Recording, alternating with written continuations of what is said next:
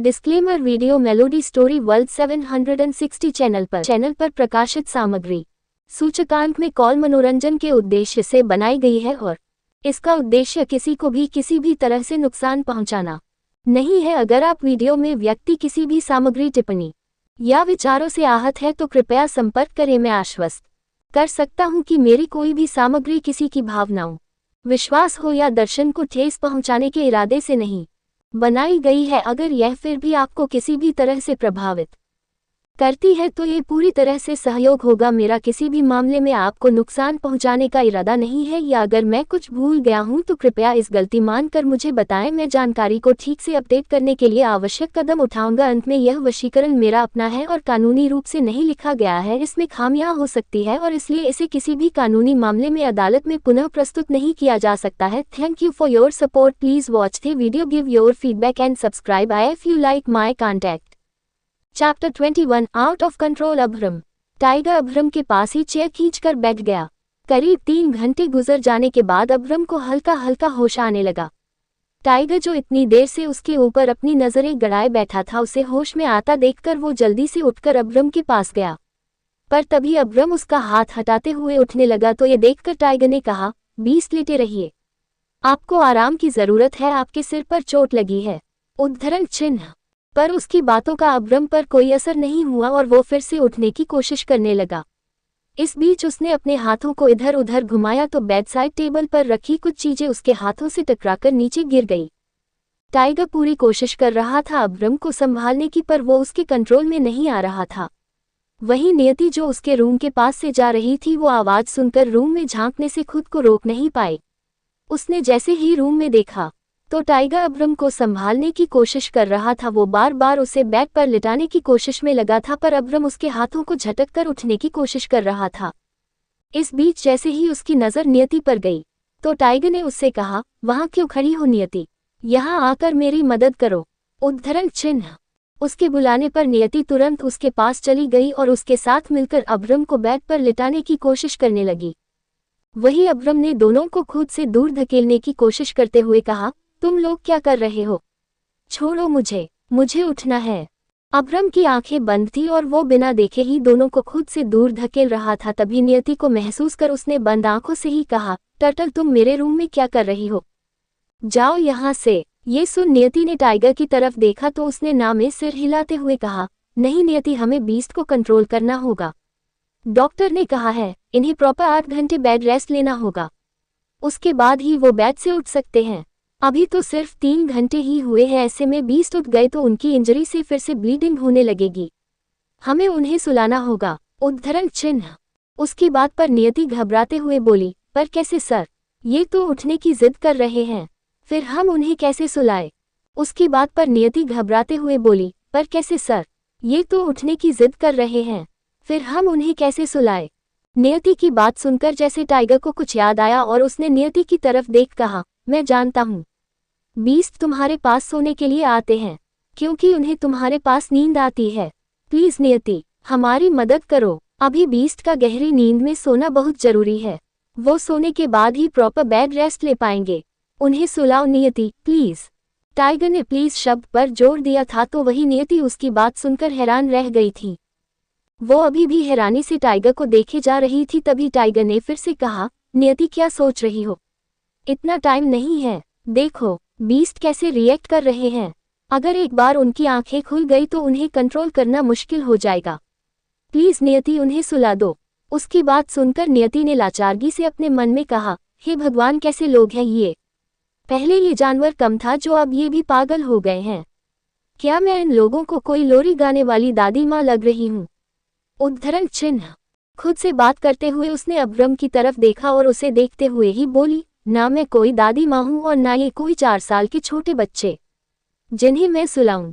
वो अभी भी अपनी सोच में डूबी हुई थी कि इतने में टाइगर ने फिर कहा, नियति hurry up, beast out of control हो रहे हैं। टाइगर के बार बार कहने पर नियति ना चाहते हुए भी बेड के क्राउन से टिककर बैठ गई। उसके बैठते ही अभ्रम का सिर उसकी गोद में आ गया। उसने अभ्रम को देखा और धीरे धीरे अपने हाथ को उसके सिर के पास ले जाने लगी। उसने जैसे ही अभ्रम के बालों में अपनी उंगली फिराई, अभ्रम ने उसी रात की तरह नियति को अपनी दोनों बाहों में कसकर भर लिया। वो धीरे धीरे शांत हो रहा था। उसे नींद में जाते देखकर टाइगर ने सुकून की सांस ली और पीछे होते हुए चेयर पर बैठ गया। नियति मुंह बनाकर अब्रम को देख रही थी। टाइगर उसकी हालत अच्छे से समझ रहा था। तभी उसने नियति को कंफर्टेबल फील कराने के लिए उससे कहा, तुम बहुत अच्छी हो। बीस्ट ने तुम्हारे साथ क्या कुछ नहीं किया, उसके बाद भी तुम उनकी मदद कर रही हो। तुम सच में बहुत अच्छी हो नियति। इस बात पर नियति मुंह बनाकर उससे बोली, तो आप अपने बीस्ट को समझाते क्यों नहीं? क्यों उन्होंने मुझे यहाँ कैद कर रखा है? वो मुझे यहाँ से जाने क्यों नहीं देते? उद्धरण चिन्ह। टाइगर ने गहरी सांस लेकर उससे कहा, मैं जानता हूँ तुम इनोसेंट हो, पर बीस्ट को तुम पर शक है। वो तब तक तुम्हें नहीं छोड़ सकते जब तक उनका शक दूर नहीं हो जाता।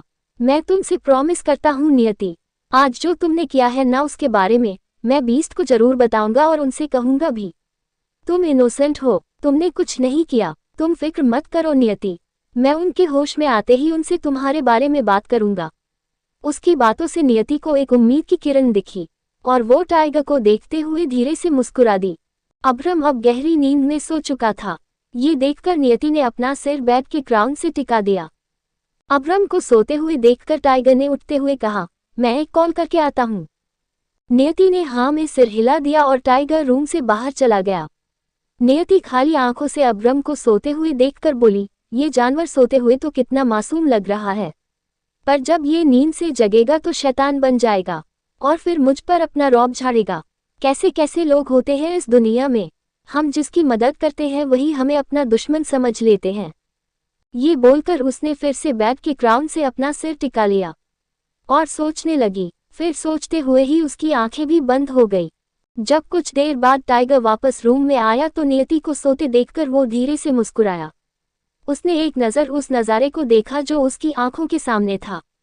जब कुछ देर बाद टाइगर वापस रूम में आया तो नियति को सोते देखकर वो धीरे से मुस्कुराया। उसने एक नज़र उस नज़ारे को देखा जो उसकी आंखों के सामने था। नियति बेड के क्राउन से टिककर सो रही थी और अब्रम उसकी गोद में अपना सिर रखे सो रहा था। ये देखकर टाइगर के मन में कुछ खुराफात सूझी और उसने पैंट की पॉकेट से अपना फ़ोन निकाला और दोनों की 2-4 पिक्चर क्लिक कर ली। फिर अपने फ़ोन में उन फोटोज को देखते हुए बोला, अगर जैसा मैं सोच रहा हूँ वो कभी पॉसिबल हुआ तो एक दिन मैं ये फोटोज उन्हें गिफ्ट करूँगा। उसने फ़ोन अपनी पॉकेट में रखा और वापस से चेयर पर आकर बैठ गया। टाइगर और नियति दोनों ही अब्रम के कमरे में थे और उसका ख्याल रख रहे थे। शाम से रात ढली और रात से सुबह हो गई थी। थककर टाइगर और नियति भी अपनी जगह पर ही सो गए थे। जहां वे दोनों अभी भी गहरी नींद में थे वहीं अब्रम की नींद अब पूरी हो गई थी और वो अब धीरे धीरे अपनी आंखें खोल रहा था। आंखें खोलते हुए उसने महसूस किया कि वो किसी को पकड़े सो रहा है। उसने अपने सिर को ऊपर उठाया और आंखें खोलकर देखा तो उसके सामने नियति का मासूम चेहरा था। आंखें खोलते हुए उसने महसूस किया कि वो किसी को पकड़े सो रहा है। उसने अपने सिर को ऊपर उठाया और आंखें खोलकर देखा तो उसके सामने नियति का मासूम चेहरा था। उसे देखकर अब्रम उठकर उससे दूर होकर बैठ गया और उसे देखते हुए मन में बोला, क्या मैं फिर से इसके रूम में आ गया? उद्धरण चिन्ह। बोलते हुए उसने इधर उधर देखा और टाइगर को चेयर पर सोते देखकर उसकी भौहें सिकुड़ गई। वो कल के बारे में सोचने लगा। धीरे धीरे उसे सब याद आया और उसने एक हाथ से अपना सिर पकड़ लिया। उसने महसूस किया कि उसके सिर के पिछले हिस्से पर ड्रेसिंग हो रखी है। सब याद कर अब्रम के एक्सप्रेशन एकदम से बदल गए। उसकी आंखों में और चेहरे पर कठोरता दिखने लगी। उसने नियति और टाइगर को देखा। वे दोनों अभी भी सो रहे थे। तभी दोनों के कान में एक कर्कश आवाज गूंजी, टाइगर। टाइगर अब्रम की आवाज सुनते ही फुरफुरा कर उठ गया। नियति भी उसकी आवाज सुनकर उठ गई। अब्रम को होश में देखकर उसके होश उड़ गए थे। वहीं टाइगर अपनी सांसें रोककर सिर झुकाए खड़ा था। नियति धीरे धीरे बेड से उतरी और टाइगर के पीछे जाकर छुप गई। ये देखकर अब्रम की आंखें सख्त हो गई। वो घूरकर उसे देखने लगा। फिर उसे देखते हुए मन में बोला, टर्टल तुम्हें क्या लगता है टाइगर तुम्हें मुझसे बचा सकता है? टर्टल तुम्हारी हिम्मत भी कैसे हुई उसके पीछे जाकर छुपने की? वहीं नियति टाइगर के पीछे छुपी तो वो और डर गया। उसने अपनी मुट्ठी को कसकर बंद किया और मन में कहा, क्या यार नियति तुम मुझे मरवा कर रहोगी आज? मैं खुद तो इनसे बच नहीं सकता, तुम्हें कैसे बचाऊंगा? तुम मदद के लिए आए भी तो गलत आदमी के पास। तुम्हारी मदद और तुम्हें सजा दोनों एक ही आदमी दे सकते हैं और वो है बीस्ट। अब्रम ने दोनों को देखा जो भाई बहन की तरह उससे बचने के लिए एक दूसरे का सहारा ले रहे थे। फिर उन्हें देखते हुए ही अब्रम ने कहा, टर्टल जाओ यहाँ से, मुझे टाइगर से बात करनी है। उद्धरण चिन्ह।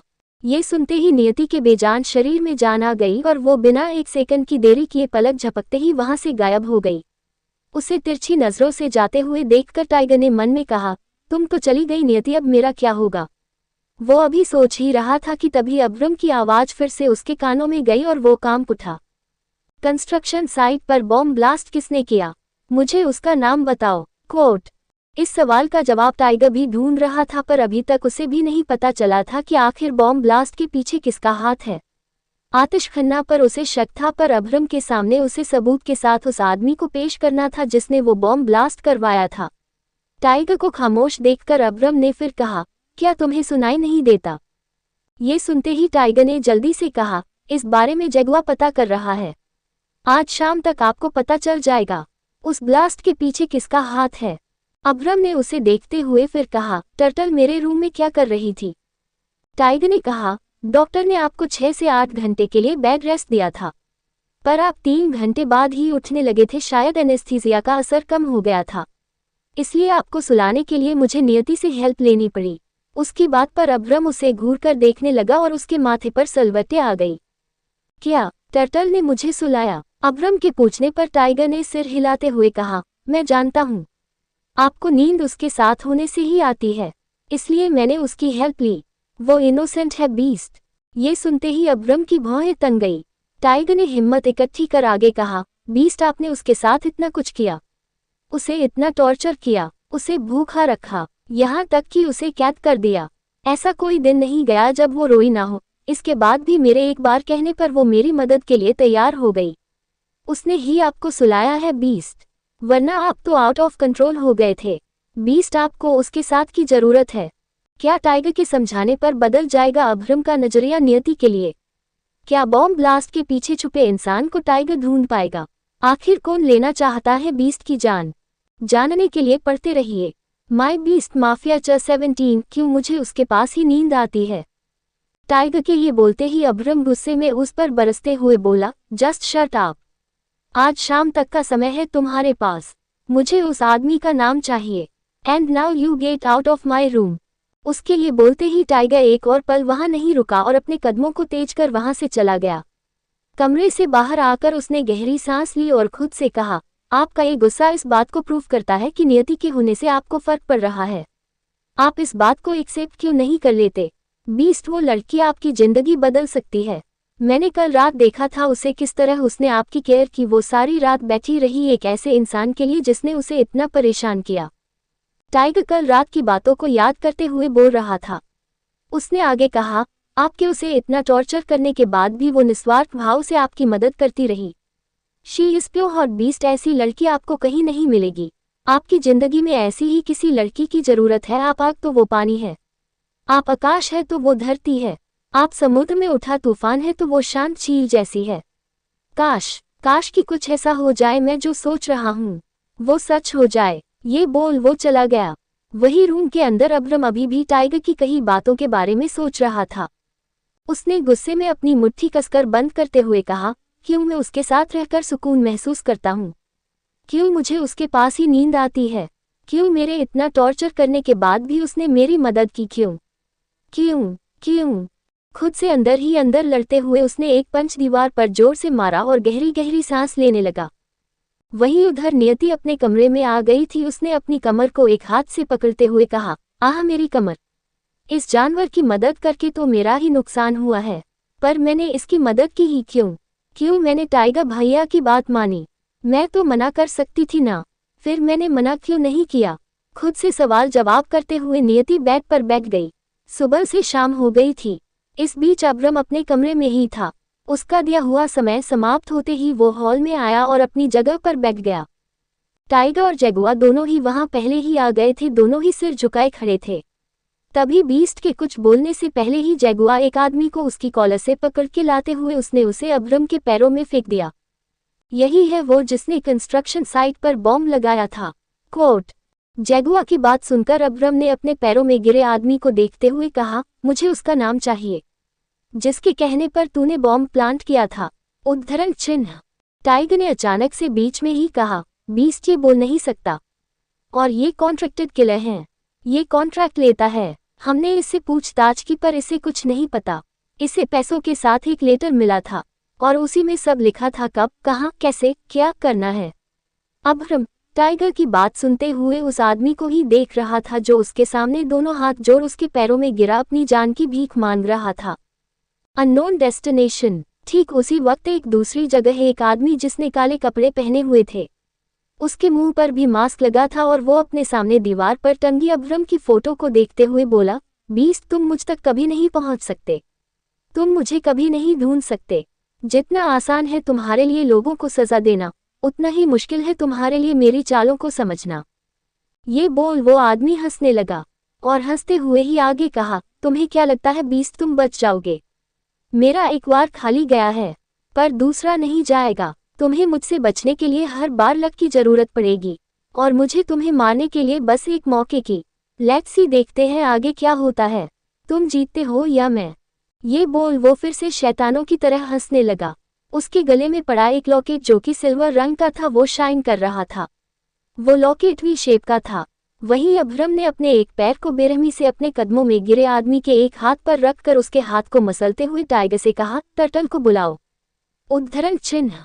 ये बोल उसने मन में खुद से कहा, तेरे पीछे छुपे आदमी को तो सामने ले ही आऊंगा, पर उससे पहले मैं तेरे किए की तुझे सजा दे दूं। वहीं टाइगर उसकी सुनकर चौंक गया और मन में बोला, बीस्ट नियति को क्यों बुला रहे हैं, उसका यहाँ क्या काम। उद्धरण चिन्ह। ये बोल वो नियति को लेने चला गया। कुछ ही मिनटों बाद नियति अब्रम के सामने खड़ी थी। वो अब्रम के सामने आने से ही डर जाती थी, इसलिए वो नजरें नीचे किए अपने दोनों हाथों को आपस में रगड़ते हुए खड़ी सोच रही थी। तभी उसने कनखियों से अब्रम को देखा तो उसे खुद को घूरते देखकर नियति ने जल्दी से अपनी पलकें झुका ली। अब्रम ने उसे घूरते हुए तेज आवाज में कहा, मेरी तरफ देखो। नियति के लिए ये कोई बात नहीं, आदेश था जिसे उसे मानना ही था। वो जल्दी से पलकें उठाकर उसे देखने लगी। अब्रम के पैरों में गिरे आदमी को देखकर नियति अवाक रह गई। तभी अब्रम ने उसे देखते हुए अपने पैरों में गिरे आदमी को जोर से लात मारी। वो आदमी पलटता हुआ नीचे गिर गया।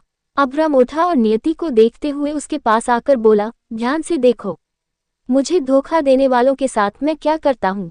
अब्रम उसकी आंखों में देख रहा था। नियति की आंखों में अब उसकी बात सुनकर पानी भर आया था। अब्रम उससे दूर हुआ और अपने हाथों से उस आदमी को मारने लगा। नियति उसे मार खाते हुए देख रही थी। वो अब्रम की क्रूरता देखकर डर से कांपने लगी थी। वो मन ही मन उसे बहुत कोस रही थी। जब वो आदमी अधमरा हो गया तो अब्रम ने उसे लात से दूर धकेलते हुए कहा, लेकर जाओ इसे और डाल दो ब्लैकी के पिंजरे में। जैगुआ उसे उठाकर वहां से ले गया। अब्रम वापस अपनी जगह बैठते हुए नियति से बोला, मैंने जो कल तुम्हें पेपर्स दिए थे उसे लेकर आओ। वो जल्दी से गई और पेपर्स ले आई। अब्रम ने उसके हाथ से पेपर्स लेकर उन्हें देखते हुए कहा, तुमने अभी तक इस पर साइन नहीं किया।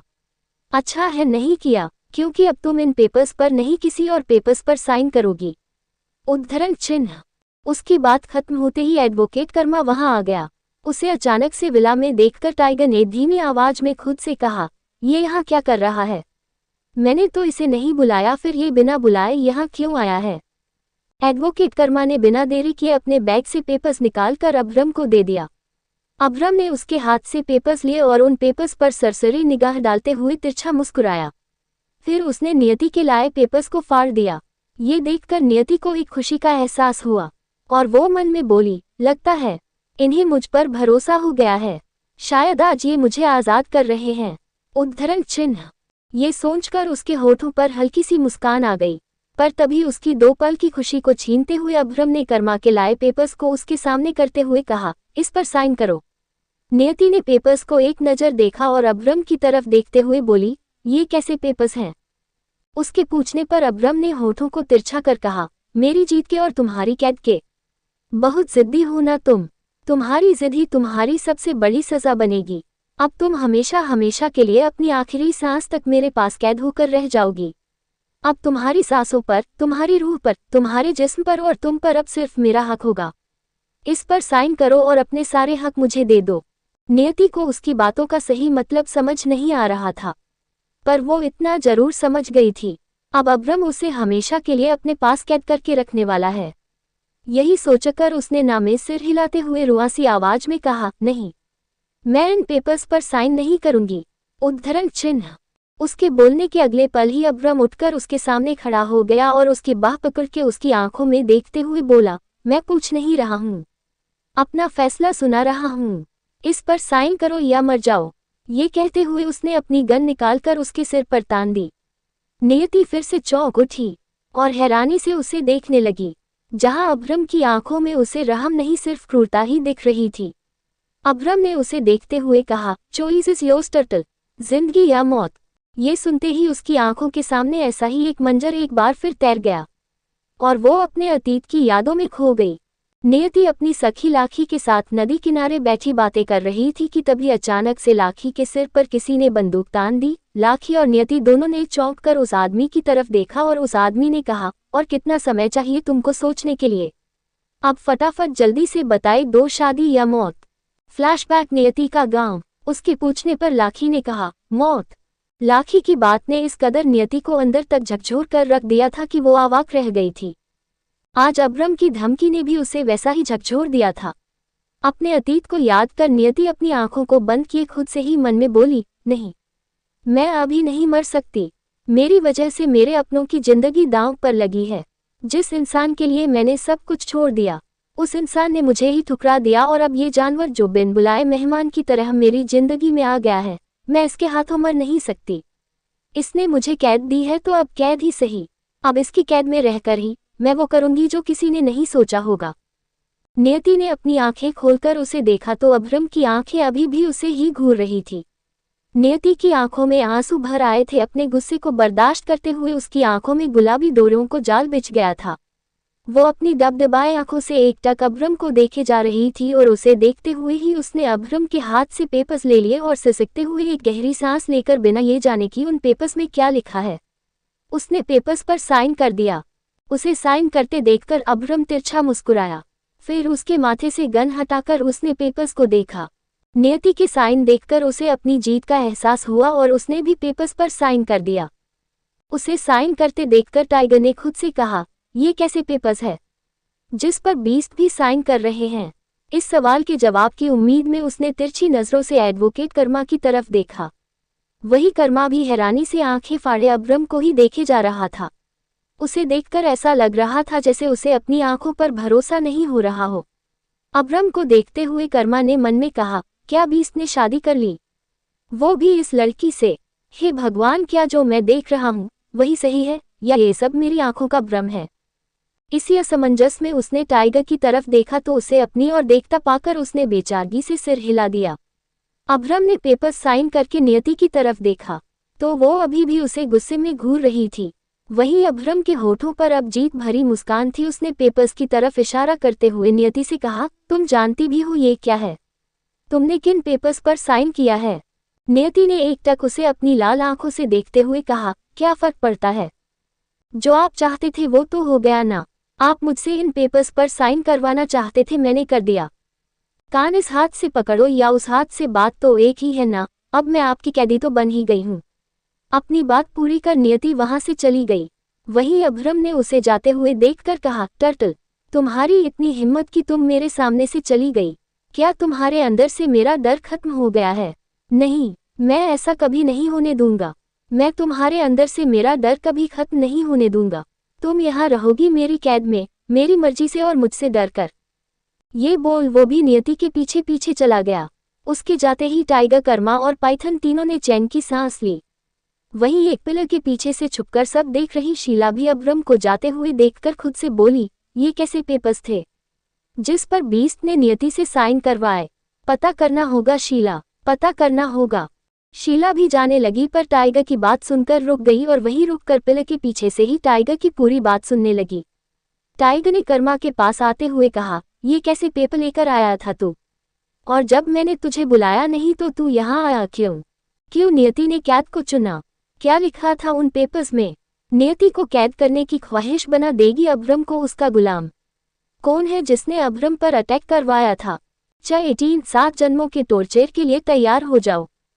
टाइगर की बात का जवाब देते हुए कर्मा ने कहा, मुझे यहाँ बीस्ट ने बुलाया है। टाइगर ने चौंकते हुए बीच में कहा, क्या तुझे यहाँ बीस्ट ने बुलाया है। कर्मा ने सिर हिलाते हुए कहा, हाँ। जब मुझे बीस्ट का कॉल आया तो ये देखकर मैं खुद चौंक गया था कि बीस्ट मुझे खुद कॉल कर रहे हैं।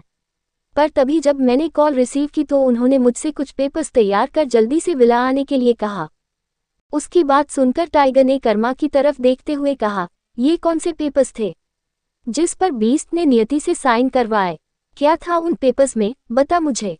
कर्मा ने गहरी सांस लेते हुए सिर हिलाया और उसकी तरफ देख मुस्कुराते हुए कहा, बता दिया तो तू यकीन नहीं करेगा।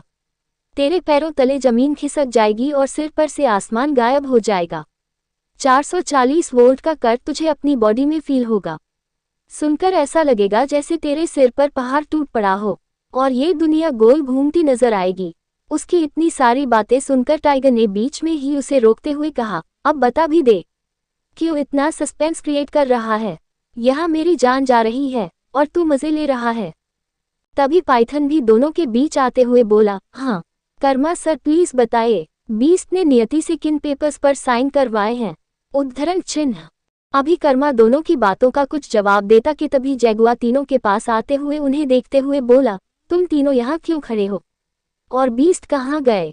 उसके बीच में सवाल करने से टाइगर फ्रस्ट्रेटेड होते हुए कर्मा से बोला, तू इसे इग्नोर कर और हमारे सवाल का जवाब दे। बताना वो कैसे पेपर्स थे? बीस्ट ने उन पेपर्स पर नियति के साइन क्यों लिए? कर्मा ने तीनों को देखा और गहरी सांस लेकर बोला, ये जो हमारा जंगल है ना, जहाँ का राजा हमारे बीस्ट है, ये समझ लो अब वहाँ एक रानी भी आ गई है। कुछ देर तक तीनों उसकी बात सुनकर सोचते रहे। फिर जैसे ही उन्हें उसकी बात का मतलब समझ आया, तीनों ने एक साथ चौंककर कहा, क्या बीस्ट ने शादी कर ली? इस सवाल पर कर्मा ने धीरे से मुस्कुराते हुए हाँ में अपना सिर हिला दिया। उसे सिर हिलाते देखकर तीनों के होश उड़ गए थे। तभी टाइगर ने कंफर्म करते हुए फिर पूछा, क्या तू सच बोल रहा है? बीस्ट ने नियति से सच में शादी कर ली है? इस बार भी कर्मा ने हाँ में सिर दिला दिया। वहीं जब ये बात शीला ने सुनी तो उसके होश ही उड़ गए। उसकी आंखें फटी और मुंह खुला रह गया। उसने धीमी मगर शौकंग आवाज में खुद से कहा, क्या बीस्ट ने शादी कर ली है? उन्हें ये बात बतानी होगी। मैम साहब का ये बात जानना बहुत जरूरी है। उद्धरण चिन्ह। ये बोल शीला दबे कदमों से वहां से चली गई। वही जैगुआ ने कर्मा की बात पर हंसते हुए कहा, अबे तू पागल हो गया है क्या? कुछ भी बोले जा रहा है। अबे कौन सा सस्ता नशा करके आया है तू? 20 लड़कियों से दूर रहते हैं, फिर शादी कैसे कर सकते हैं? उद्धरण चिन्ह। टाइगर ने जैगुआ के कंधे पर हाथ रखते हुए कहा, मेरे भाई, मेरा यकीन कर, अब हमारे बीस्ट बदल चुके हैं और ये बदलाव उस लड़की की वजह से आया है। सॉरी, हमारी फॉरेस्ट क्वीन की वजह से आया है। उद्धरण चिन्ह। अब ये फॉरेस्ट क्वीन कौन है? पाइथन फिर बीच में बोला। टाइगर और कर्मा ने उसे घूर कर देखा तो पाइथन दोनों से अपनी नजर चुराने लगा। फिर कर्मा ने उसे समझाते हुए कहा, पहले वो हमारे लिए एक लड़की थी पर अब बीस्ट ने उससे शादी कर ली है तो अब वो हमारे लिए स्पेशल हो गई है। उनका ओहदा भी बीस्ट जितना हो गया है, तो अब हम उन्हें ऐसे थोड़ी ना बुला सकते हैं, इसलिए मैं तो उन्हें फॉरेस्ट क्वीन कहूंगा। उद्धरण चिन्ह। इस बात पर पाइथन ने धीमी आवाज में कहा, पता नहीं उस मासूम सी छोटी सी लड़की के और कितने नामकरण होने बाकी है। जब से आई है बेचारी को हर रोज एक नया नाम मिल ही जाता है। उसकी बात कर्मा ने सुन ली थी और उसने पाइथन के कंधे पर हाथ रखते हुए कहा, अब से उन्हें कोई भी नया नाम नहीं मिलेगा। अब से वो हम सबके लिए फॉरेस्ट क्वीन ही रहेंगी, बीस्ट की क्वीन और हमारी फॉरेस्ट क्वीन। उसे इतना खुश होते देखकर जैगुआ ने मुंह बनाते हुए उससे कहा, अबे इतना क्यों खुश हो रहा है? बीस्ट ने नियति से शादी घर बसाने के लिए नहीं कि उसे सजा देने के लिए की है। बेचारी, पता नहीं अब उसके साथ आगे क्या ही होगा।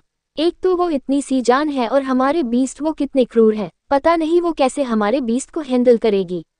मुझे तो उस बेचारी पर तरस आता है। जैगुआ की बातों में अफसोस था।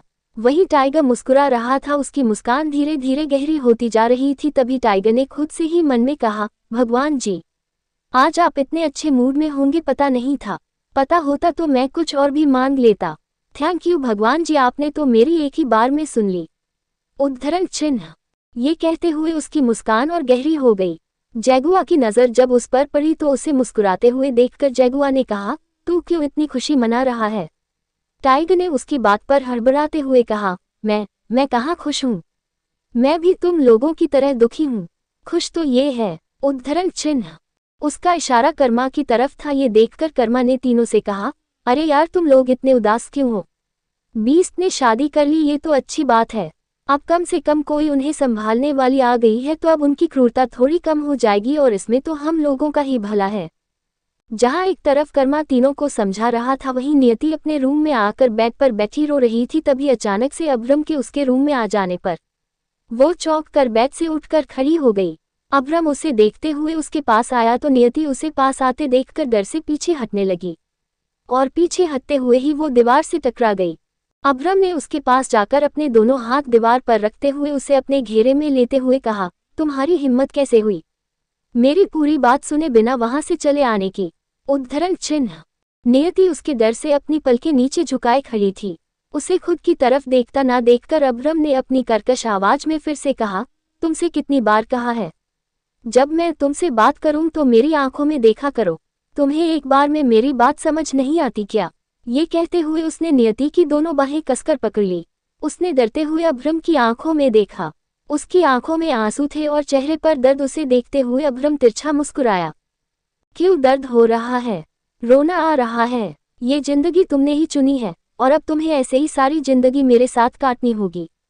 मैंने तुम्हें एक मौका दिया था आज़ाद होने का, पर तुमने कैद को चुना है, तो अब इसकी आदत डाल लो।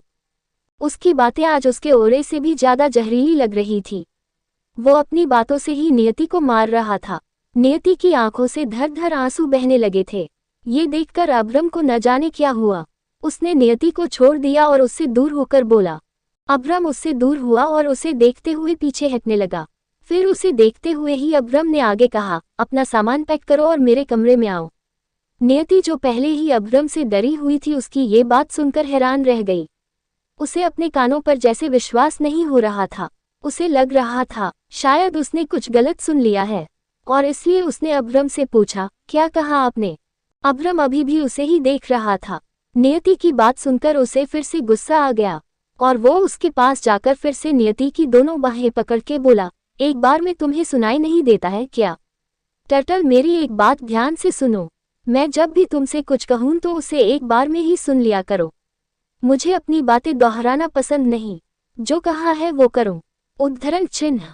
अब्रम के इस तरह पकड़ने से उसकी बाहें दर्द हो रही थी। अब्रम की बातें उसके समझ से बाहर थीं।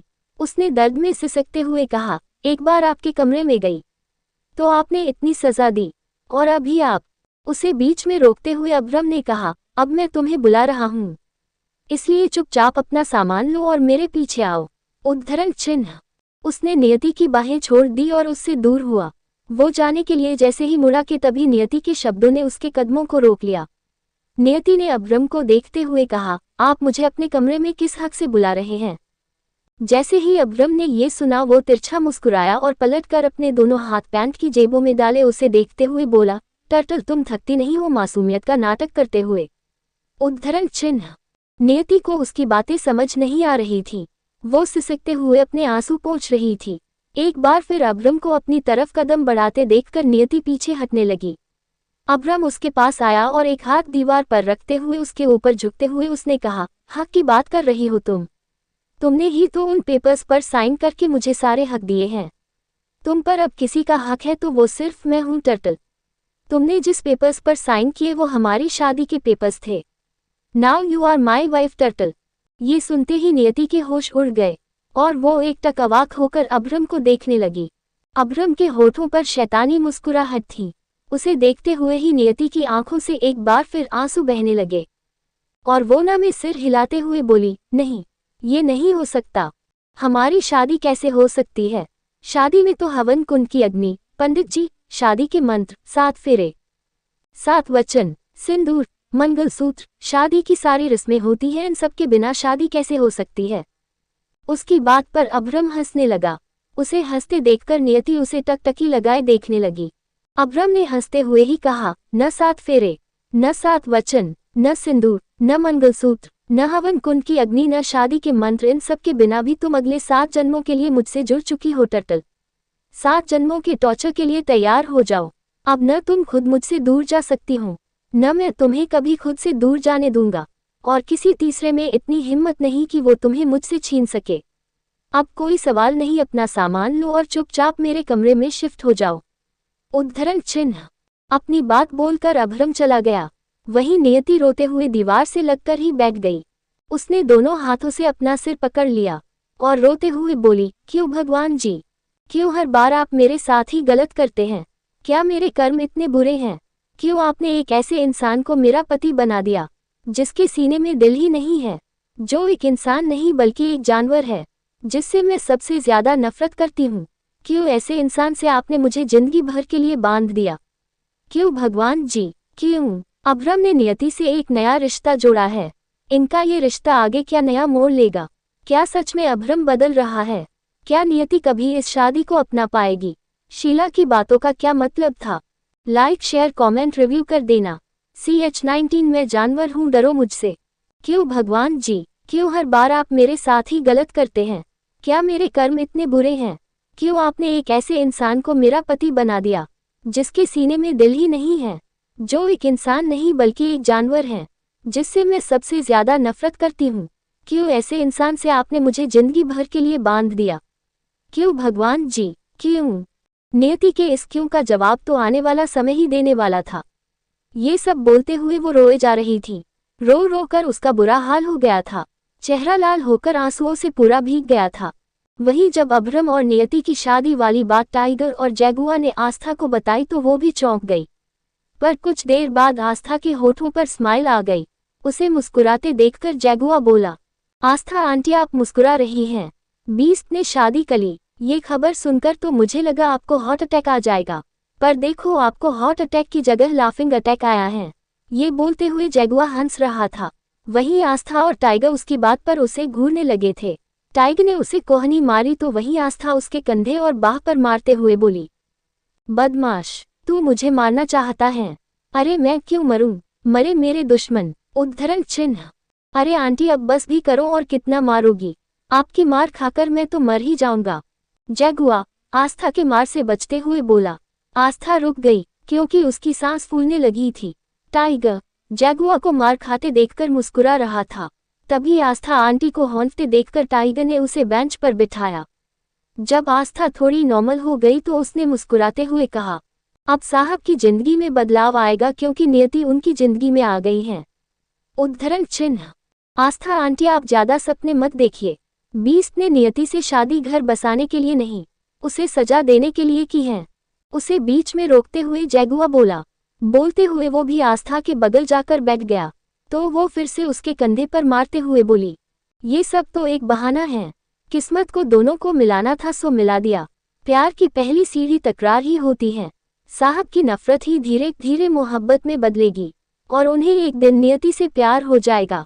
बीस्ट को प्यार, हा हा हा। ये कहते हुए जैगुआ हंसने लगा। इस बात पर तो टाइगर को भी डाउट था। तभी वो भी आस्था के दूसरी साइड बैठते हुए बोला, आंटी आप इतना श्योर कैसे हैं? बीस्ट का बिहेवियर हम सब जानते हैं, फिर कैसे एक जानवर का व्यक्तित्व रखने वाले इंसान को प्यार हो सकता है? प्रश्नवाचक चिन्ह। उद्धरण चिन्ह। जब इस जंगल में एक हिरनी आ गई है और बीस्ट की जिंदगी में भी शामिल हो गई तो एक दिन वही हिरनी बीस्ट की जिंदगी भी बन जाएगी। मेरी कही बात एक दिन सच होगी, देखना। उद्धरण चिन्ह। आस्था ने दोनों को देखा और मुस्कुराते हुए बोली। ये बोल आस्था उठकर वहां से चली गई। उसके जाने के बाद टाइगर और जैगुआ दोनों ने एक दूसरे को देखा और वे दोनों भी चले गए। वहीं जब अभ्रम अपने कमरे में गया तो उसे नियति कहीं नहीं दिखी।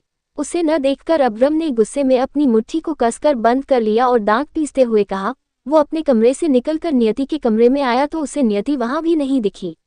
वो जैसे ही कमरे से निकला तभी उसका फोन रिंग हुआ।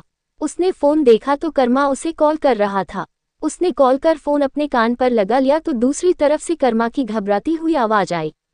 ये सुनते ही अभ्रम की आंखें छोटी हो गई और उसने गुस्से में दांत पीस कर कहा, व्हाट रबिश, ये क्या बकवास कर रहे हो तुम?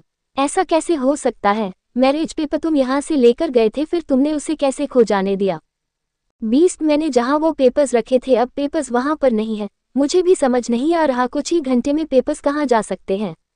उद्धरण चिन्ह। कर्मा ने घबराते हुए कहा। ये सुन अभ्रम ने गहरी सांस लेकर कहा, ओके, अगर वो पेपर नहीं मिल रहे तो तुम दूसरे पेपर तैयार करो और उन्हें अभी यहाँ लेकर आओ। उद्धरण चिन्ह। कर्मा उसकी बात सुनकर चौंक गया और धीरे से बोला, बीस्ट, क्या ये पेपर मैं कल नहीं ला सकता?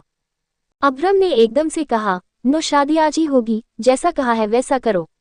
मुझे अगले 30 मिनट में तुम मेरी आंखों के सामने चाहिए। उद्धरण चिन्ह। ये कहकर उसने कॉल कट कर दिया और नियति को ढूंढने लगा। उसने नियति को पूरे विला में ढूंढा पर वो उसे कहीं नहीं दिखी। फिर वो विला से बाहर जाते हुए बोला, टर्टल यहाँ से भाग नहीं सकती, वो यही कहीं होंगी, यहाँ से भागना उसके लिए इम्पॉसिबल है। खुद से ही बातें करते हुए अब्रम गार्डन में आ गया और इधर उधर देखने लगा। तभी उसकी नज़र बेंच पर बैठी नियति पर गई और वो उसके पास जाने लगा। अब्रम को उस पर बहुत गुस्सा आ रहा था। वो अभी नियति को बहुत डांटने वाला था, पर वो जैसे ही नियति के पास पहुंचा तो उसे रोते हुए देखकर उसके कदम, ये लड़की अभी तक रो रही है। ये बोलते हुए उसने सिर हिलाया और नियति के सामने आकर कड़क आवाज में बोला, तुम यहाँ क्या कर रही हो? मैंने तुम्हें कमरे में आने के लिए कहा था ना। उद्धरण चिन्ह। नियति ने उसकी बात का कोई जवाब नहीं दिया और अपने आंसू पोंछने लगी। उसे चुप देखकर अब्रम ने फिर कहा, टर्टल अंदर चलो, यहाँ बहुत ठंड है, तुम्हें ठंड लग जाएगी और मैं नहीं चाहता तुम मेरा टॉर्चर सहने से पहले ही बीमार पड़ जाओ। उद्धरण चिन्ह। नहीं, मैं नहीं जाऊंगी, मैं यहीं रहूंगी। उद्धरण चिन्ह। नियति अपने आंसू पोंछते हुए सुबकते हुए बोली। ये सुन अब्रम उसे घूर कर देखने लगा। उसे यकीन नहीं हो रहा था, वो लड़की जो उसकी आवाज सुनकर ही डर जाती थी अभी उसे मना कर रही है। अब्रम ने झुककर नियति का हाथ पकड़ा और उसे उठाते हुए कहा, मैंने कहा मेरे साथ चलो। अब्रम ने उसे तिरछी नजरों से देखा तो वो नजरें झुकाए बैठी थी। उसने नियति का हाथ छोड़ दिया और झुककर उसे अपनी बाहों में उठा लिया। फिर उसे ले जाते हुए बोला, मैं जानवर हूं ना, तो डरो मुझसे, वरना ये जानवर तुम्हें खा जाएगा। उद्धरण चिन्ह। नियति जो उसकी बाहों में छटपटा रही थी वो अब्रम की बातें सुनकर खुद में ही सिमट गई और अपनी डरी सहमी आंखों से उसे देखने लगी। अब्रम जब उसे अपनी बाहों में उठाए विला में लेकर आया तो शीला दोनों को देखकर मुंह बनाते हुए बोली, इसकी भोली शक्ल पर तो मुझे भी तरस आ गया था, पर ये कितनी चालाक निकली। 1 महीना भी नहीं हुआ इसे यहाँ आए हुए और सीधा यहाँ की रानी बन गई। जमीन पर रेंगते कीड़े जितनी औकात है इसकी, और किस्मत देखो इसकी जमीन से उठकर सीधा बीस्ट की बाहों में जा बैठी है। जी ले आज अपनी जिंदगी नियति, कल से तो तेरी जिंदगी जहनुम बन जाएगी। शीला बोलते हुए तिरछा मुस्कुराए और अपना पल्लू झटकते हुए चली गई।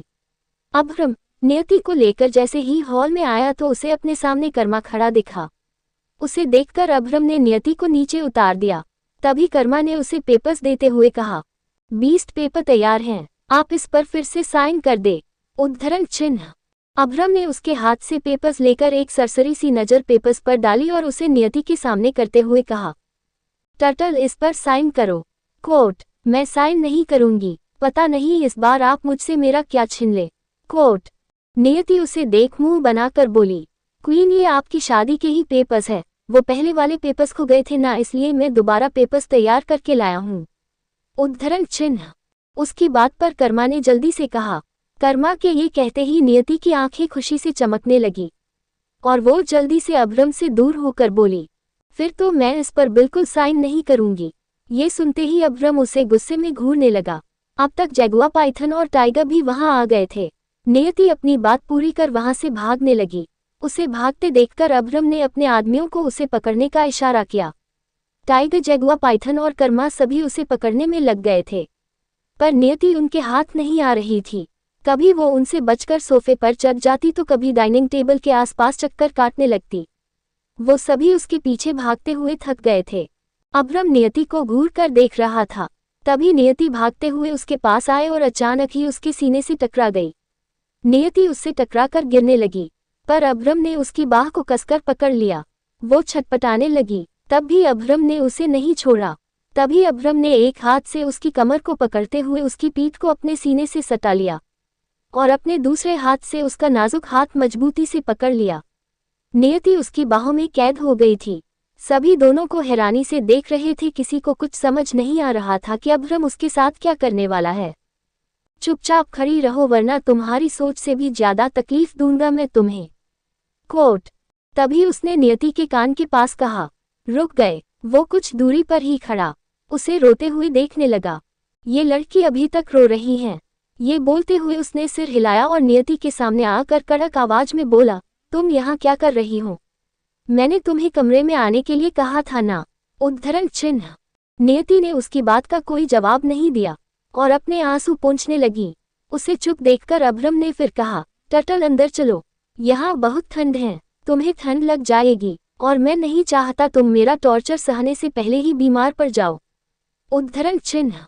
नियति अपने आंसू पोंछते हुए सुबकते हुए बोली, नहीं, मैं नहीं जाऊंगी, मैं यही रहूंगी। ये सुन अभ्रम उसे घूर कर देखने लगा। उसे यकीन नहीं हो रहा था, वो लड़की जो उसकी आवाज सुनकर ही डर जाती थी अभी उसे मना कर रही है। अभ्रम ने झुककर नियति का हाथ पकड़ा और उसे उठाते हुए कहा, मैंने कहा मेरे साथ चलो। नियति अपने हाथों को टाइट करते हुए बोली, नहीं जाऊंगी, मैं एक जानवर के साथ एक ही कमरे में नहीं रहूंगी। अभ्रम ने उसे तिरछी नजरों से देखा तो वो नजरें झुकाए बैठी थी। उसने नियति का हाथ छोड़ दिया और झुककर उसे अपनी बाहों में उठा लिया। फिर उसे ले जाते हुए बोला, मैं जानवर हूं ना, तो डरो मुझसे, वरना ये जानवर तुम्हें खा जाएगा। नियति जो उसकी बाहों में छटपटा रही थी वो अभ्रम की बातें सुनकर खुद में ही सिमट गई और अपनी डरी सहमी आंखों से उसे देखने लगी। अभ्रम जब उसे अपनी बाहों में उठाए विला में लेकर आया तो शीला दोनों को देखकर मुंह बनाते हुए बोली, इसकी भोली शक्ल पर तो मुझे भी तरस आ गया था, पर ये कितनी चालाक निकली। 1 महीना भी नहीं हुआ इसे यहाँ आए हुए और सीधा यहाँ की रानी बन गई। जमीन पर रेंगते कीड़े जितनी औकात है इसकी, और किस्मत देखो इसकी जमीन से उठकर सीधा बीस्ट की बाहों में जा बैठी है। जी ले आज अपनी जिंदगी नियति, कल से तो तेरी जिंदगी जहनुम बन जाएगी। शीला बोलते हुए तिरछा मुस्कुराए और अपना पल्लू झटकते हुए चली गई। अभ्रम नियति को लेकर जैसे ही हॉल में आया तो उसे अपने सामने कर्मा खड़ा दिखा। उसे देखकर अभ्रम ने नियति को नीचे उतार दिया। तभी कर्मा ने उसे पेपर्स देते हुए कहा, बीस्ट पेपर तैयार हैं, आप इस पर फिर से साइन कर दे। उद्धरण चिन्ह। अभ्रम ने उसके हाथ से पेपर्स लेकर एक सरसरी सी नजर पेपर्स पर डाली और उसे नियति के सामने करते हुए कहा, टर्टल इस पर साइन करो। उद्धरण चिन्ह। नियति उसे देख मुंह बनाकर बोली, मैं साइन नहीं करूंगी, पता नहीं इस बार आप मुझसे मेरा क्या छीन ले। उद्धरण चिन्ह। उसकी बात पर कर्मा ने जल्दी से कहा, क्वीन ये आपकी शादी के ही पेपर्स है, वो पहले वाले पेपर्स खो गए थे ना, इसलिए मैं दोबारा पेपर्स तैयार करके लाया हूँ। कर्मा के ये कहते ही नियति की आंखें खुशी से चमकने लगी और वो जल्दी से अभ्रम से दूर होकर बोली, फिर तो मैं इस पर बिल्कुल साइन नहीं करूंगी। ये सुनते ही अभ्रम उसे गुस्से में घूरने लगा। अब तक जगुआ पाइथन और टाइगर भी वहां आ गए थे। नियति अपनी बात पूरी कर वहां से भागने लगी। उसे भागते देखकर अभ्रम ने अपने आदमियों को उसे पकड़ने का इशारा किया। टाइगर, जगुआ पाइथन और कर्मा सभी उसे पकड़ने में लग गए थे, पर नियति उनके हाथ नहीं आ रही थी। कभी वो उनसे बचकर सोफे पर चढ़ जाती तो कभी डाइनिंग टेबल के आसपास चक्कर काटने लगती। वो सभी उसके पीछे भागते हुए थक गए थे। अभ्रम नियति को घूर कर देख रहा था। तभी नियति भागते हुए उसके पास आए और अचानक ही उसके सीने से टकरा गई। नियति उससे टकराकर गिरने लगी, पर अभ्रम ने उसकी बाह को कसकर पकड़ लिया। वो छटपटाने लगी, तब भी अभ्रम ने उसे नहीं छोड़ा। तभी अभ्रम ने एक हाथ से उसकी कमर को पकड़ते हुए उसकी पीठ को अपने सीने से सटा लिया और अपने दूसरे हाथ से उसका नाजुक हाथ मजबूती से पकड़ लिया। नियति उसकी बाहों में कैद हो गई थी। सभी दोनों को हैरानी से देख रहे थे, किसी को कुछ समझ नहीं आ रहा था कि अभ्रम उसके साथ क्या करने वाला है। तभी उसने नियति के कान के पास कहा, चुपचाप खड़ी रहो वरना तुम्हारी सोच से भी ज्यादा तकलीफ दूंगा मैं तुम्हें। उद्धरण चिन्ह। ये सुनते ही नियति की सांसें रुक गई और वो टेढ़ी नजरों से उसे देखने लगी। अभ्रम ने उसके हाथ में पेन पकड़ाया और जबरदस्ती उससे पेपर्स पर साइन करवाने लगा। फिर खुद भी साइन करने के बाद उसने कर्मा की तरफ देख गुस्से में कहा, अगर इस बार कोई गड़बड़ हुई तो सजा के लिए तैयार रहना। ये सुनते ही कर्मा के होश उड़ गए और उसने जल्दी से हाँ में सिर हिला दिया। अभ्रम ने नियति को तिरछी नजरों से देखा और उसे अपनी बाहों में उठाकर अपने कमरे की तरफ चला गया। उसकी आंखों में आंसू भर आए थे पर वो कुछ कर नहीं सकती थी। अभ्रम की बेशुमार ताकत के सामने उसका नाजुक बदन हार जाता था। उसके जाते ही कर्मा टाइगर और सभी को पेपर्स का सच बताने लगा। वही रूम में आकर अभ्रम ने नियति को बेड पर रख दिया और उसे घूरते हुए कहा, अब इस कमरे से बाहर जाने के बारे में सोचना भी नहीं। उद्धरण चिन्ह। ये कहकर वो क्लोजेट रूम की तरफ बढ़ गया। नियति उसे जाते हुए देखती रह गई। वो 5 मिनट बाद ही चेंज कर रूम में आया। नियति अभी भी उसे ही देख रही थी। अभ्रम ने होठों के बीच एक सिगरेट रखी और उसे जलाते हुए बालकनी में चला गया। फिर कुछ देर बाद वो अपनी सिगरेट बुझाकर वापस रूम में आया। तो देखा नियति बेड के क्राउन से टिककर सो गई थी। ये देखकर अभ्रम ने नियति को घूरते हुए तेज आवाज में कहा, टर्टल। नियति चौंक कर उठ गई। अभ्रम से नजरें मिलते ही उसकी सांसें तेज हो गई। अभ्रम उसे घूरते हुए उसके पास आया और बेड पर बैठते हुए उससे बोला, तुम यहाँ मुझे सुलाने के लिए हो न कि खुद सोने के लिए। ये कहकर उसने नियति की गोद में अपना सिर रख दिया और आंखें बंद कर ली। उसे देखकर नियति हैरान थी। तभी अभ्रम ने आंखें बंद किए हुए ही कहा, मुझे घूरना बंद करो टर्टल, वरना मैं। उसके इतना कहते ही नियति ने अपनी नजरें फेर ली। तभी अभ्रम ने उसके हाथों को पकड़ अपने सिर पर रख दिया। ये देखकर नियति ने मुंह बना लिया। वो धीमे हाथ से उसका सिर सहलाते हुए मन में बोली, क्या मुसीबत है, इतने बड़े होकर भी हरकतें इनकी एक 5 साल के छोटे बच्चे जैसी हैं। अगली सुबह इंदिरा गांधी इंटरनेशनल एयरपोर्ट, करीब 45 से 48 साल की एक महिला। वो देखने में बहुत एलिगेंट लग रही थी। उसने सिल्क की महंगी साड़ी, गले में प्लेटिनम का पेंडेंट और कानों में डायमंड के इयररिंग पहने, हाथ में गुच्छी का पर्स लिए खड़ी थी। चेहरे पर खूबसूरती के साथ बिखरा घमंड उसके ओरे और रुतबे बयां कर रहा था। वो अपने हर स्टेप को परफेक्टली रखते हुए आंखों पर गॉगल्स चढ़ाए एयरपोर्ट से बाहर आई। उसके सामने एक ब्लैक कलर की पॉश कार आकर रुकी। ड्राइवर ने कार से निकलकर गाड़ी का डोर ओपन किया। इससे पहले कि वो लेडी आगे बढ़कर गाड़ी में बैठती, कुछ रिपोर्ट्स ने आकर उसे घेर लिया और उसके ऊपर सवालों की बारिश कर दी। एक रिपोर्टर ने कहा, मिसेज वसुंधरा सिंह चौहान, आप सदन इंडिया आ गई। इसका मतलब ये न्यूज़ सच है कि आपके बेटे अभ्रम सिंह चौहान ने शादी कर ली है। उसी के साथ एक दूसरे रिपोर्टर ने कहा, प्लीज मैम कन्फर्म इट। आज की ये ब्रेकिंग न्यूज़ है, क्या ये बात सच है कि आपके बेटे अभ्रम सिंह चौहान ने शादी कर ली है? उद्धरण चिन्ह। रिपोर्टर्स की बात सुनते ही वसुंधरा ने अपनी आंखों पर से एक्सपेंसिव गॉगल्स को हटाते हुए उन दोनों रिपोर्टर्स को देखा। उसकी आंखों में गुस्से के साथ साथ एक आग भी थी जिससे वो अभी दोनों रिपोर्टर्स को जला देना चाहती थी। अभी वो रिपोर्टर्स को घूर ही रही थी कि इतने में ही एक और रिपोर्टर ने कहा, मैम प्लीज बताइए, क्या ये बात सच है? उद्धरण चिन्ह। वसुंधरा उस रिपोर्टर को भी गुस्से में घूरने लगी। तभी वसुंधरा के पीछे खड़ी एक लड़की, जिसकी उम्र यही कुछ 26 साल रही होगी, उसने जब वसुंधरा को रिपोर्टर्स को घूरते हुए देखा तो वो धीरे से उसके कान में बोली, मैम प्लीज कंट्रोल योरसेल्फ, ये मीडिया है। अगर आपने कुछ भी रिएक्ट किया तो अगले ही पल ब्रेकिंग न्यूज बन जाएगी। कोट। उस लड़की की बात सुनकर वसुंधरा ने तिरछा मुस्कुराते हुए धीरे से कहा, थैंक यू माया, तुम हर बार मुझे कुछ भी गलत करने से रोक लेती हो। उद्धरण चिन्ह। माया वसुंधरा की असिस्टेंट थी। वसुंधरा उसके बिना कहीं नहीं जाती थी। माया हर तरह से उसे सपोर्ट करती थी और उसे ओवर रिएक्ट करने से रोक लेती थी। माया उसकी असिस्टेंट ही नहीं, उसकी एडवाइजर भी थी। वो वसुंधरा को कुछ भी गलत करने से रोक लेती थी। जैसे अभी उसने वसुंधरा को रिपोर्टर्स पर गुस्सा करने से रोक लिया था। जी। माया के समझाने पर वसुंधरा अपने होठों पर जबरदस्ती की स्माइल लाते हुए रिपोर्टर्स से बोली, अगर मेरे बेटे ने शादी कर भी ली तो आप लोगों को क्या प्रॉब्लम है? वो जवान है, हैंडसम है, स्मार्ट है, इंटेलिजेंट है, वे सारी खूबियां जो एक परफेक्ट आदमी में होनी चाहिए, वे सब मेरे बेटे में है। उसकी शादी करने की उम्र भी हो गई थी, सो उसने कर ली। It's not a big deal. उसकी बात पर एक रिपोर्टर ने कहा, तो आपको इस शादी से कोई प्रॉब्लम नहीं? इस बात पर वसुंधरा मुस्कुराते हुए बोली, क्यों मुझे कोई प्रॉब्लम होनी चाहिए? ये सुन उन रिपोर्ट में से एक ने कहा, नहीं मैम, मेरा वो मतलब नहीं था। उद्धरण चिन्ह। वसुंधरा अपनी एक आईब्रो उठाते हुए बोली, तो फिर तुम्हारा क्या मतलब था? रिपोर्टर ने माइक अपनी तरफ करते हुए कहा, मैम हमें मिली इन्फॉर्मेशन के अकॉर्डिंग जिस लड़की से आपके बेटे ने शादी की है उसका कोई बैकग्राउंड नहीं है। She is a poor girl. ये सुनते ही वसुंधरा के एक्सप्रेशन फिर से चेंज हो गए, पर तभी माया ने उसे अपने कंधे से धक्का दिया तो वो वापस से नॉर्मल होते हुए बोली, लगता है आजकल एंटरटेनमेंट इंडस्ट्री में मसालेदार खबरों की कमी हो गई है, इसलिए तो आप सभी उन्हें छोड़कर एक बिजनेसमैन की लाइफ में इतना ज़्यादा इंटरेस्ट ले रहे हैं। मेरे बेटे ने किससे शादी की है किससे नहीं, ये जानने से अच्छा है आप सभी इस ओर ध्यान दीजिए कि देश में क्या चल रहा है। आप रिपोर्टर्स हैं, देश की सच्चाई दिखाए और जनता को जागरूक करिए, ना कि एक बिजनेसमैन की पर्सनल लाइफ को पब्लिकली उछालिए। वसुंधरा क्यों जानना चाहती है नियति के बारे में?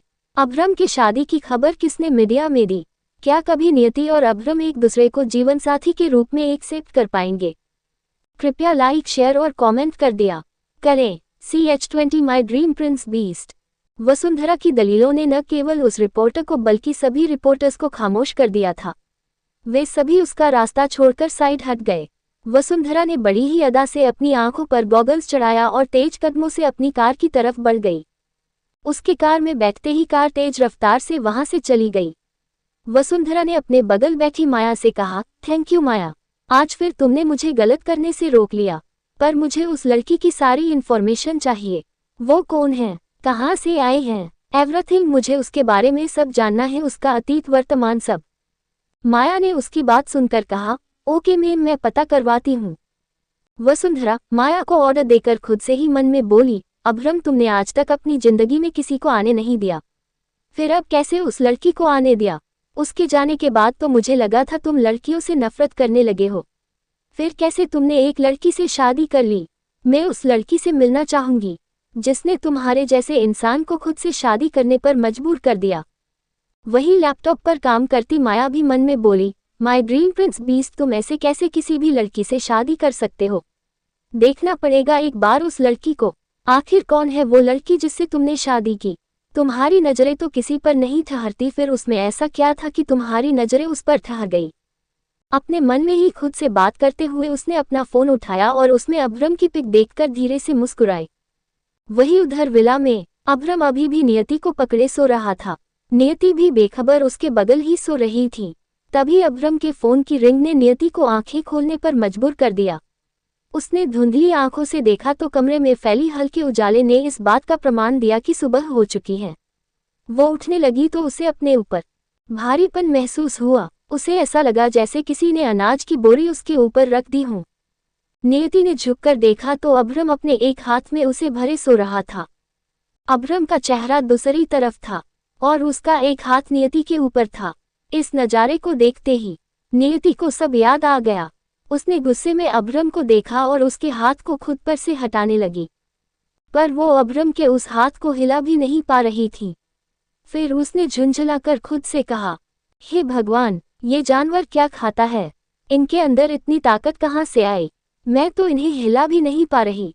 फोन अभी भी रिंग हो रहा था। न चाहते हुए भी अभ्रम को अपनी आंखें खोलनी पड़ी और उसने गर्दन घुमाकर बेड साइड टेबल की तरफ देखा तो उसका सामना नियति से हुआ। वो अपने चेहरे पर अजीब से भाव लिए उसे ही देख रही थी। उसे खुद को इस तरह देखते हुए देखकर अभ्रम ने अपनी दोनों आईब्रो उठाकर सवाल किया, तो नियति ने भी अपनी आंखों के इशारे से ही उसके हाथ की तरफ इशारा किया। अभ्रम ने अपना हाथ देखा और अपने हाथ को उस पर से हटाते हुए उठकर बेड के क्राउन से टिककर बैठ गया। नियति जल्दी से उठने लगी, तभी अभ्रम की आवाज उसके कानों में गई, मेरा फोन दो। ये सुनकर नियति रुक गई और उसने बेड साइड से टेबल पर रखे उसके फोन को उठाकर अभ्रम को दे दिया।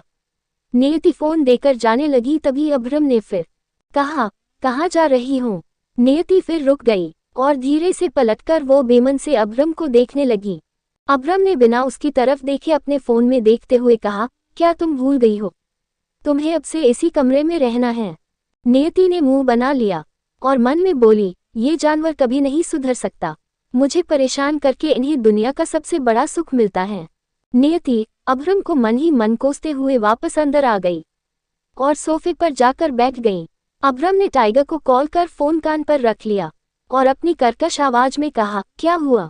इतनी सुबह मुझे फोन क्यों कर रहे थे? अभ्रम की ये बात सुनकर कॉल के दूसरी तरफ टाइगर सदमे चला गया। उसने अपनी रिस्ट वॉच में टाइम देखते हुए कहा, ये बीस्ट को हो क्या गया है? 9 बज रहे हैं और बीस्ट को ये सुबह लग रही है। खुद से बात कर टाइगर ने जिस काम के लिए उसे कॉल किया था वो उसे बताने लगा। वही टाइगर की बात सुनकर अभ्रम के एक्सप्रेशन अचानक से कोल्ड हो गए। नियति जो इतनी देर से सोफे पर बैठी उसे ही देख रही थी। उसने अभ्रम के चेहरे के बदलते भाव को देखकर मन में ही खुद से कहा, अब क्या हुआ? ये जानवर इतना खूंखार क्यों बन गया है? तभी अभ्रम ने कॉल पर बात कर नियति की तरफ देखा तो उससे नजरें मिलते ही नियति ने पलकें झुका ली।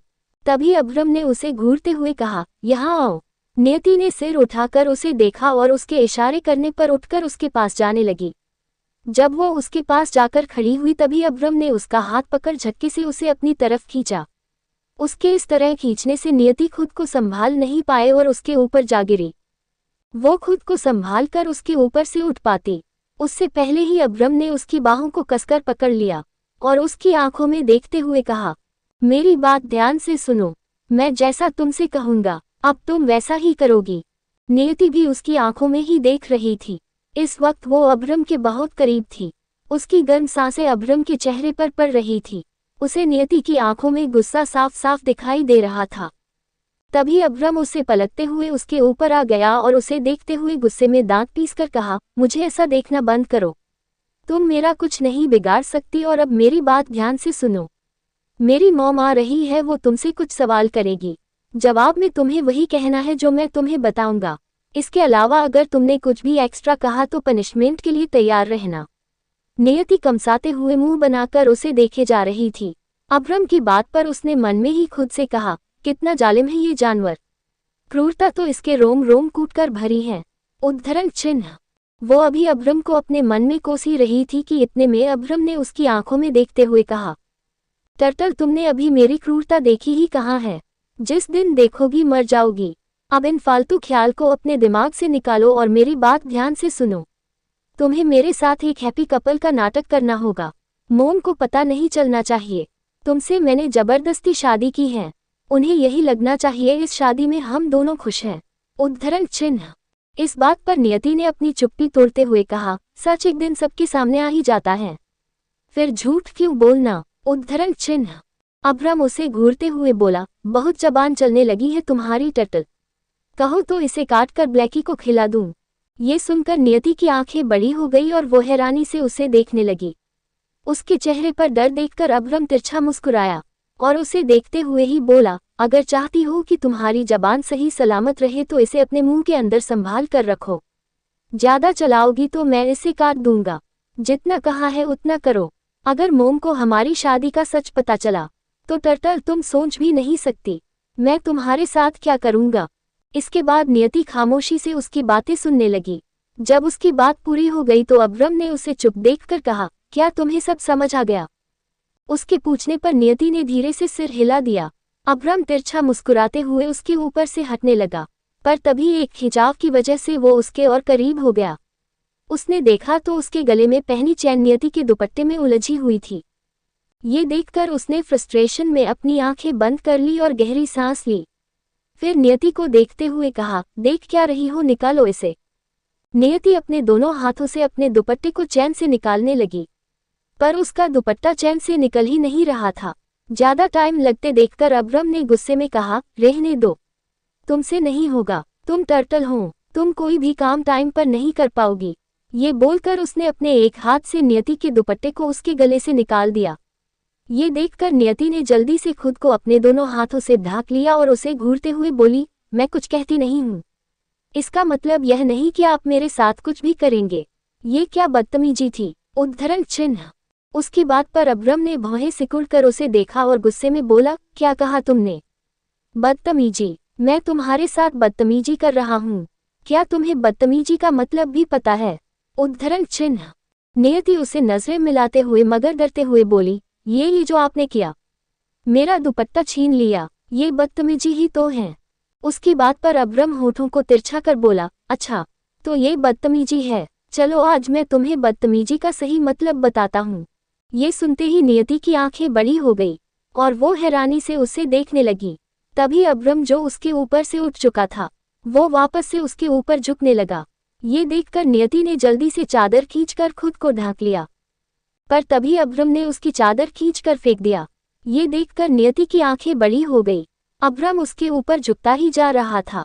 ये देखकर नियति ने उसे अपने दोनों हाथों से रोकना चाहा तो अब्रम ने उसके दोनों हाथों को अपने हाथों में कैद कर लिया। जब वो नियति के चेहरे के बहुत करीब आ गया तो ये देखकर नियति ने अपना चेहरा दूसरी तरफ करते हुए अपनी आंखें बंद कर लीं। अब्रम की सांसें उसके गाल पर पड़ रही थीं। वो उसके बहुत करीब था। अब्रम से पहले आज तक नियति के इतना करीब कोई नहीं गया था। वो अपनी बड़ी धड़कनों को संभालते हुए खुद में ही सिमटी हुई थी। जब अब्रम की नाक ने उसके गाल को छुआ तो नियति की जैसे धड़कनें रुक गई। उसने अचानक ही अपनी बंद आंखों को खोल दिया। तभी उसे अपने कान में अब्रम की गहरी आवाज सुनाई दी, दोबारा ये कभी मत कहना, वरना वो होगा जो तुम सोच भी नहीं सकती। उद्धरण चिन्ह। ये सुनकर नियति की आंखें फिर से बंद हो गई और वो सिसकने लगी। जब थोड़ी देर बाद उसने अपनी आंखें खोली और अभ्रम को देखा तो वो वहां से जा चुका था। उसे न देखकर नियति ने गहरी सांस ली और उठकर बैठ गई। उसके गले में उसका दुपट्टा था। फिर उसने धीरे से अपने एक हाथ से उस गाल को छुआ तो उसे अभ्रम के छूने का एहसास हुआ। उसी पर नियति का दिल एक बार फिर जोरों से धड़कने लगा। जब अभ्रम फ्रेश होकर आया तब भी नियति बेड पर ही बैठी थी। उसे अभी तक बैठे देखकर अभ्रम ने कबर्ड से अपने कपड़े निकालते हुए कहा, अब क्या वहीं बैठी रहोगी? जल्दी से उठो और फ्रेश होकर कुछ ढंग के कपड़े पहनो। मोम तुम्हें ऐसे देखेंगी तो 100 सवाल करेगी। क्यों अभ्रम अपनी मोम से अपनी शादी का सच छुपाना चाहता है? क्या नियति अभ्रम का साथ देगी? क्या नफरत और गुस्से की दीवार को गिराकर अभ्रम नियति से कर पाएगा प्यार? कल से नियति और अभ्रम के रिश्ते की एक नई शुरुआत होगी।